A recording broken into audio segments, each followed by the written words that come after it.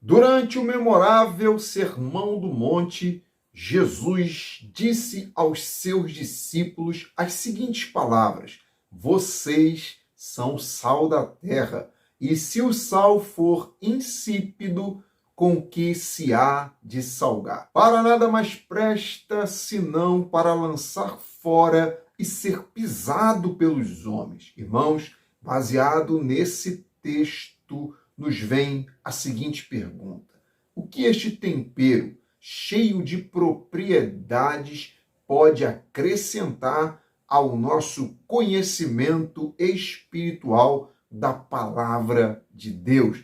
Com certeza, muita coisa. E eu, o menor da casa, separei 13 lições sobre o sal para a nossa edificação. Leia a palavra sobre o sal que está escrita lá em Mateus capítulo 5, 13 e confira aqui a aplicação pessoal para a sua vida. E se você deseja adquirir um dos nossos livros ou participar do nosso grupo do WhatsApp, as informações sobre os livros e o link de acesso para o grupo do WhatsApp estão aqui embaixo na descrição desse vídeo. Agora vamos sim mergulhar nessas 13 lições sobre o sal da terra.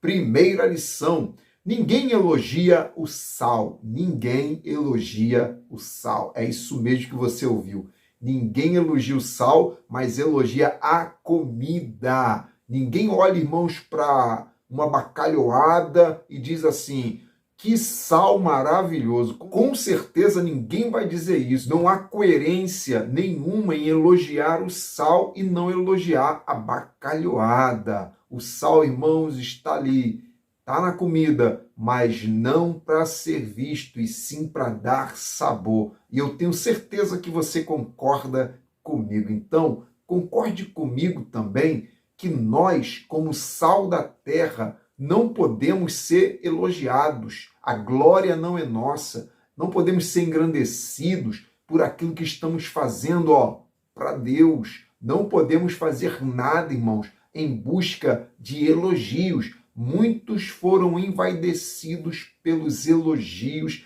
e grande foi a queda. Filipenses 2:3, nada faça por contenda ou por vanglória, mas por humildade. Amém? Que essa seja a nossa missão e o nosso objetivo.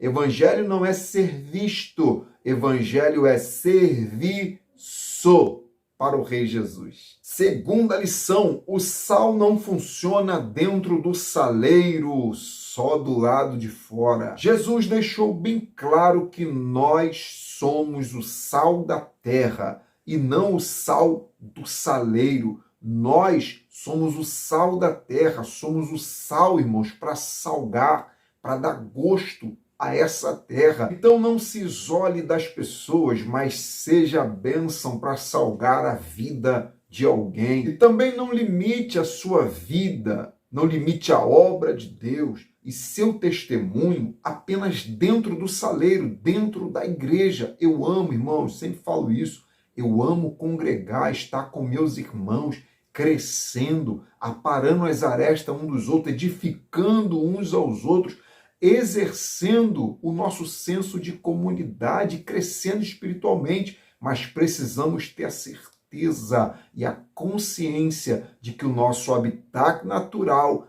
é do lado de fora das quatro paredes do templo. Aprendemos no templo, nos edificamos, crescemos, exercitamos nossa comunhão, amém? Mas é para salgar do lado de fora o mundo que aguarda com expectatividade a manifestação, a Bíblia diz, dos filhos de Deus. O sal no saleiro não passa de um agente secreto, de um crente que tem vergonha ou medo de se apresentar, de apresentar a identidade cristã dele. Então, não se isole, seja sal. Tem alguém precisando sentir o sabor de uma vida com Deus e largar o mundo insípido sem Deus. Mas você precisa estar fora do saleiro. Estar fora do saleiro é estar à disposição de Deus para ser bênção para essa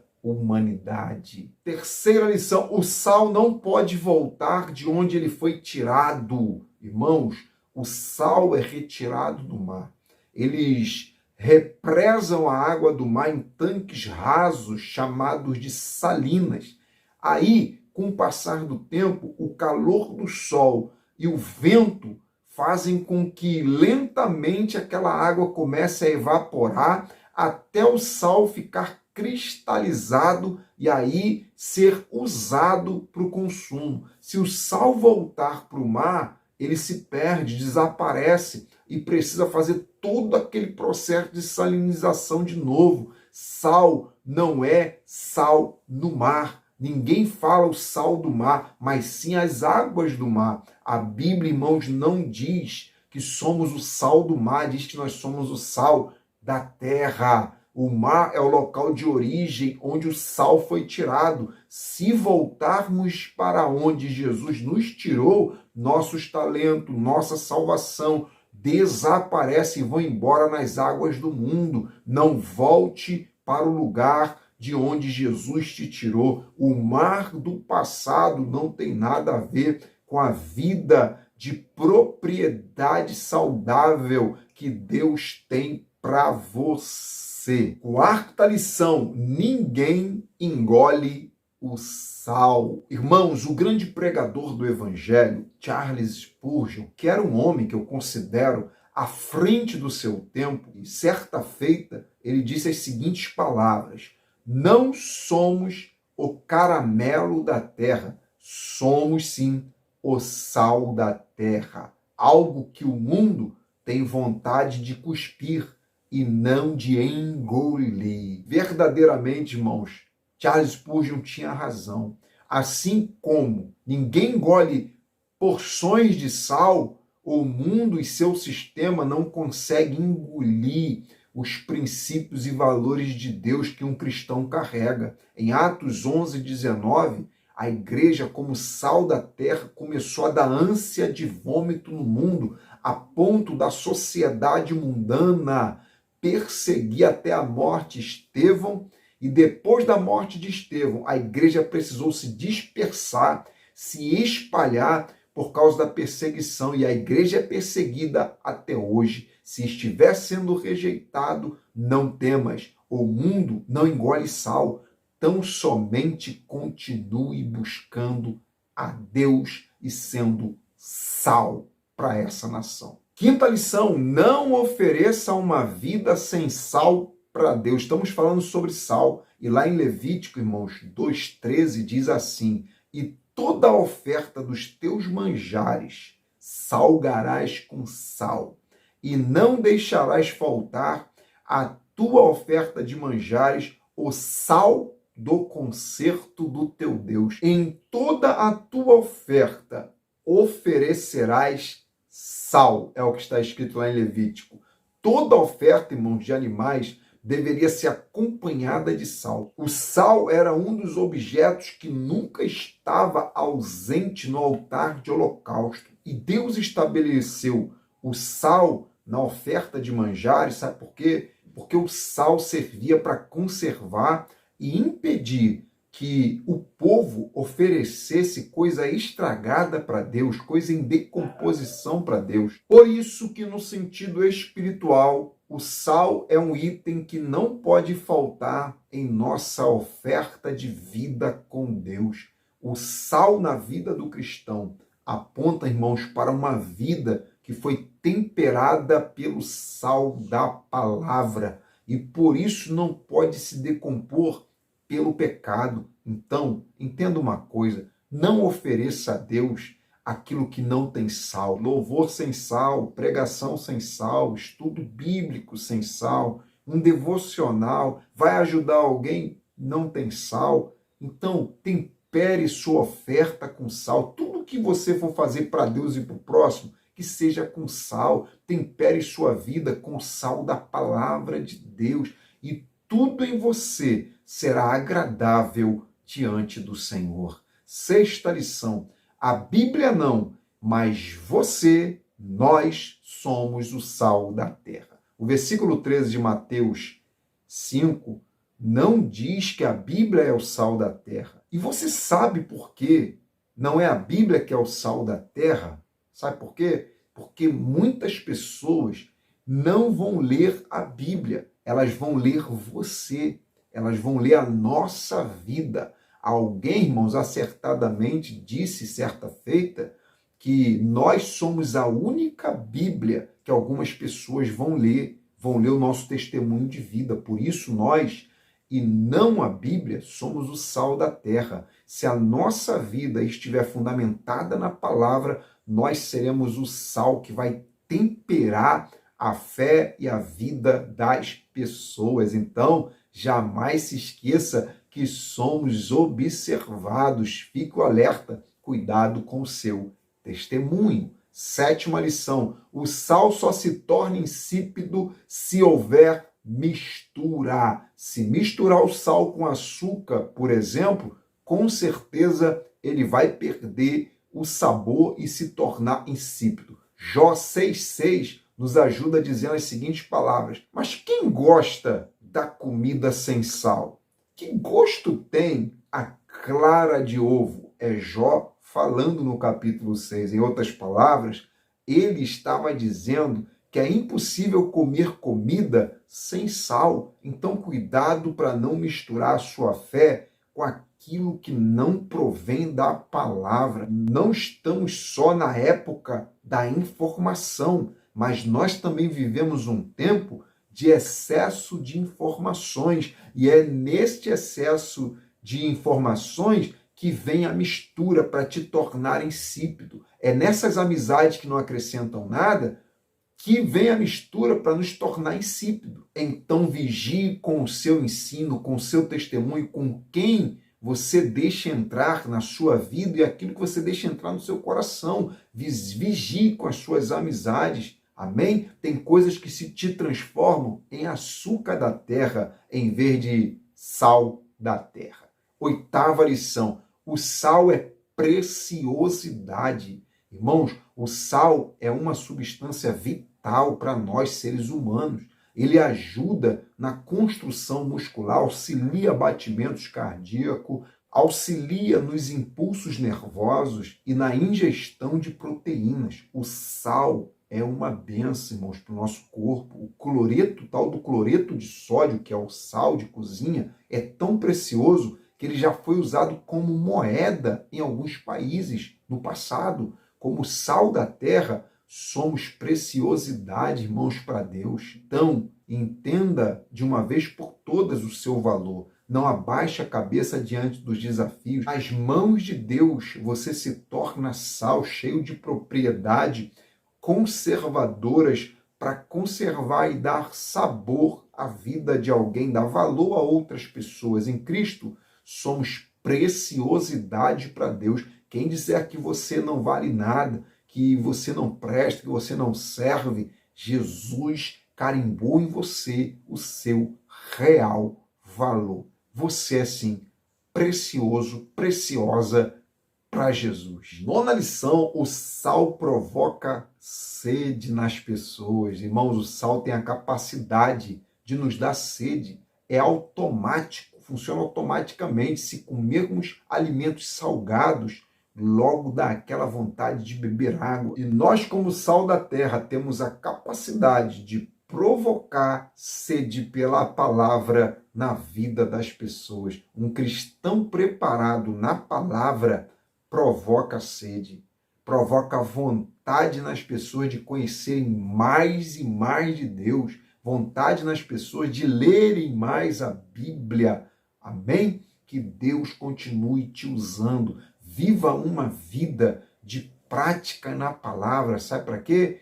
Para que suas palavras provoquem sede nas pessoas por mais de Deus. E aqui, irmãos, vai um conselho. Estude mesmo, mas estude com força mesmo. Mergulhe na palavra a ponto de ter os seus argumentos irrefutáveis por quem te ouve. Às vezes as pessoas não sentem sede ao nos ouvir, sabe por quê? Porque não nos preparamos para se tornarmos irrefutáveis. Argumentos irrefutáveis, irmãos, é aquele que a pessoa ouve e não tem outra saída a não ser aceitar que está diante de uma grande verdade imbatível. Se você estudar, você vai provocar sede nas pessoas, vai trazer argumentos que serão imbatíveis, não vão ter como contestar o seu argumento dentro da palavra. Estude mesmo, mergulhe nas águas e provoque sede na vida de alguém. 10ª lição: o sal é conservador de alimentos. Quando não existia, irmãos, tecnologia de refrigeração, as carnes eram esfregadas no sal para conservação. O sal cria um ambiente hostil para micro-organismos e aí inibe a ação desses micro-organismos, evitando a deterioração do alimento. O cristão sal, ele conserva também. A igreja, como sal desta terra, é a única linha de resistência contra o pecado e contra o inferno para conservar os valores de Deus. Se nós não batermos, irmãos, de frente, estivermos dispostos a conservar os valores eternos de Deus nessa terra, o mundo será corrompido, deteriorado de uma vez por toda. Está entendendo agora a responsabilidade de conservação que está, irmãos, sobre os nossos ombros? Deus conta contigo para conservar. 11ª lição: sal dá sabor. Irmãos, sem sal não tem comida saborosa. Assim como o sal dá sabor aos alimentos, Cristo deu sabor ao nosso viver. Foi em Cristo que tudo em nossa vida passou a ter sentido. Foi em Cristo que eu descobri uma coisa, irmãos, importantíssima: de onde eu vim, por que eu estou aqui e para onde vou depois daqui. Sabe o que Cristo fez? Ele tornou a nossa vida com sentido, saborosa. Louvamos a Deus por isso, irmãos. E é esse sabor que precisamos levar para que outras pessoas sintam também. Não aceite viver uma vida que não leva o sabor precioso do Evangelho para o próximo. 12ª lição: sal é branco, irmãos. A cor predominante do sal é o branco. E isso também traz lições, irmãos, para a nossa vida. E é interessante a gente notar que a cor branca que tem o sal só é percebida quando ele sai do mar. O branco, irmãos, a gente sabe que na palavra o branco aponta para uma vida de pureza e santidade. Quem é sal foi purificado, foi tirado do mar por Jesus. Não deixe nada sujar suas vestes. Não permita que essa pureza se afaste de você. O sal conserva-se puro, irmãos, quando se afasta daquilo que mancha. Aí me vem à memória Provérbios 4,15. Sobre aquilo que te afasta de Deus, evita-o, não passe por ele, se desvia dele, passe longe daquilo que te separa de Deus. 13ª lição: o sal tem que ser usado na medida certa. Ninguém, irmãos, suporta uma comida com excesso ou falta de sal.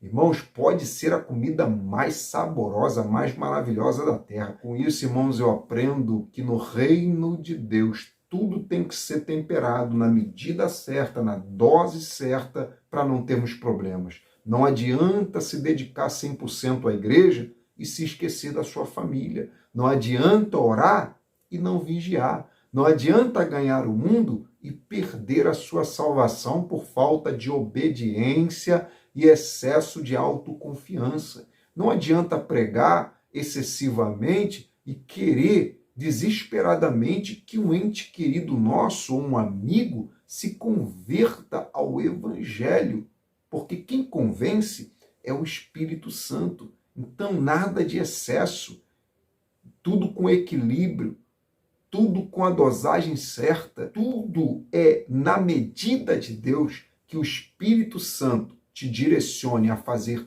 tudo na medida certa, nem a mais e nem a menos, mas temperado na medida do céu para sua vida. Que Deus te abençoe com esses estudos. Vem mais por aí. Continue compartilhando, continue comentando e continue nos acompanhando no grupo para a glória de Deus.